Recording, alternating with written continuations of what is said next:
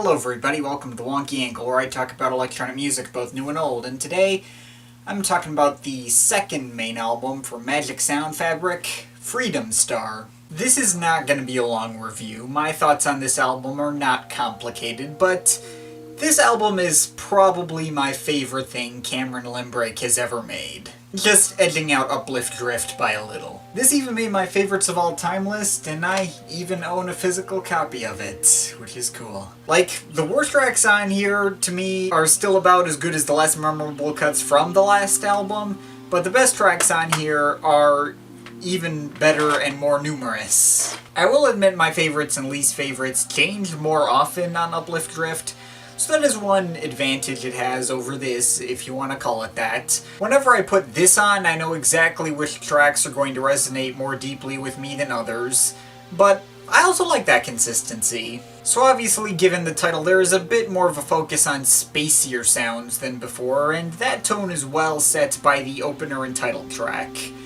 Deep electronic grooves and ambient tinged synth melodies that do really give you the feeling of floating out into the outer reaches of the galaxy. And as per usual, the melodies are quite easily memorable in spite of the somewhat abstract nature of the track. The second track, We Are All Connected, takes on some more hopeful sounding major key progressions, with samples of some whispering female voice talking about how every living being is connected in some way, hence the title. A bit of that new age pretentiousness leaking in, but it does help make the track more memorable anyways. Then we have Cosmic Consciousness, another very spacey track that's among the most memorable and refreshing listens in the collection, easily one of my favorites in the bunch. It's kinda hard for me to properly express what makes this track stand out to me so much, but between the ambient passages and various melodic hooks that all stick the landing and the ethereal vocal contributions of one Colleen Lanza, not singing in English, but I don't know what language it is. All of it creates this totally hypnotic experience that I can pretty easily recall every section of, in spite of its nearly 9-minute running time. It's an amazing track, and yeah, the running times for tracks on this album are pretty long. Like the next track, Sons of Sun, is the shortest on the album at 6 minutes. So yeah, there are a lot of long tracks on here, but the lengths are always well justified. There's always enough compelling ideas that keep coming in and fit naturally with each other. I'm never bored or feel like anything is overstaying its welcome. That particular track, Sons of Sun, honestly isn't one of the biggest standouts on here. More than anything, it just feels like a continuation of the previous track, though it has its share of solid melodic moments in its own right that help it set it apart.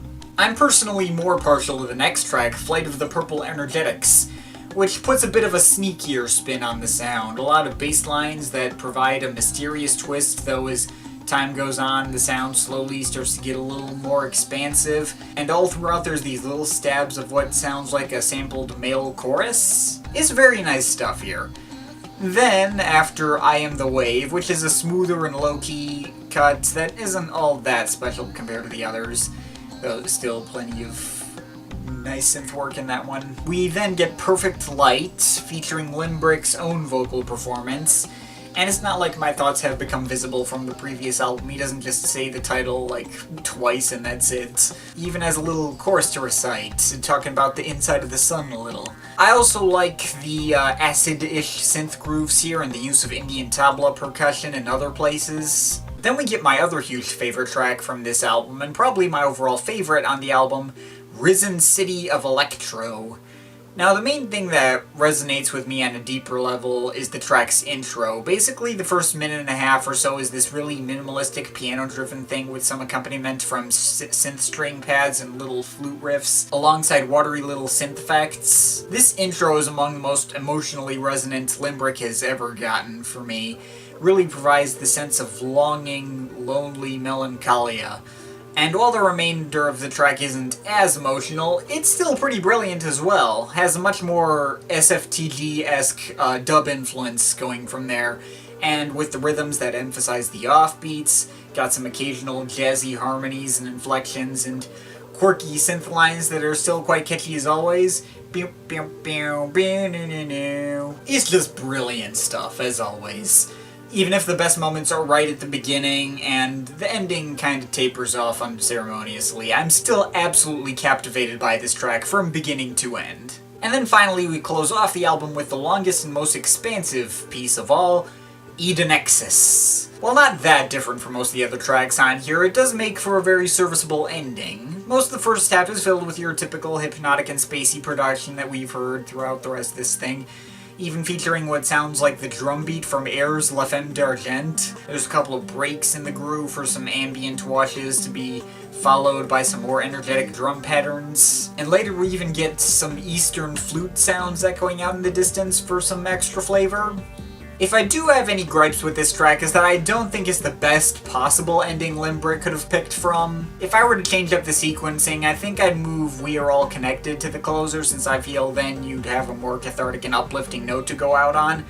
Edenexus is great and all, but doesn't feel that much different from the rest of the album. But, you know, it's a small nitpick, and I wouldn't want to change anything else besides that. So those are all my thoughts on Freedom Star. It's my personal favorite of the Magic Sound Fabric albums. I love the spacey, dub-heavy atmosphere of everything, and despite the unified sound that I can see some people calling samey, I think this is the most well-realized album he has, and each of the tracks has their own distinct enough feel for me to be able to point it out of a crowd easily. I've listened to it way too many times since I first discovered Limbrick back in high school, so there's certainly some nostalgia factor coming into play as well.